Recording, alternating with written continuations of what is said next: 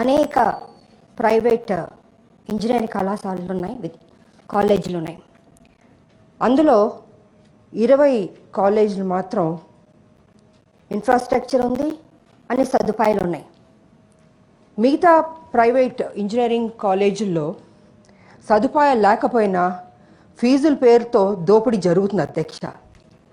ఇది ప్రభుత్వానికి విరుద్ధం అధ్యక్ష. అంతేకాదు అధ్యక్ష, ఇలా విద్య పేరుతో దోపిడీకి పాల్పడే వాటిలో గ్రూప్ ఆఫ్ ఎడ్యుకేషన్ ఇన్స్టిట్యూషన్స్ చాలా ఉన్నాయి అధ్యక్ష.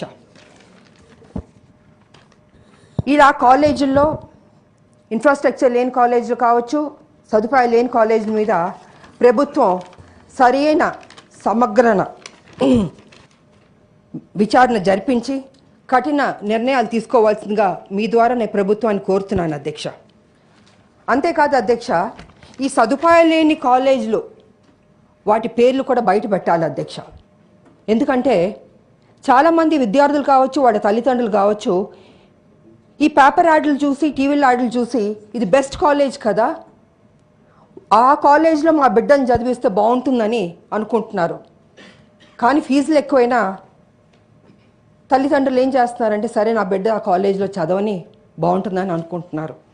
కానీ ఆ కాలేజ్కి వెళ్ళిన తర్వాత, ఫీజు కట్టిన తర్వాత తెలుస్తుంది ఆ కాలేజ్లో సదుపాయం లేదు, ఇన్ఫ్రాస్ట్రక్చర్ లేదు, ఏమీ లేదని తెలుస్తుంది అధ్యక్ష.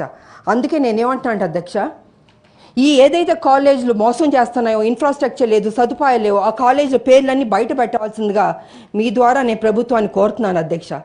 ఇది చేయడం వల్ల మన విద్యార్థుల భవిష్యత్తును మనం కాపాడిన వాళ్ళు అవుతాం.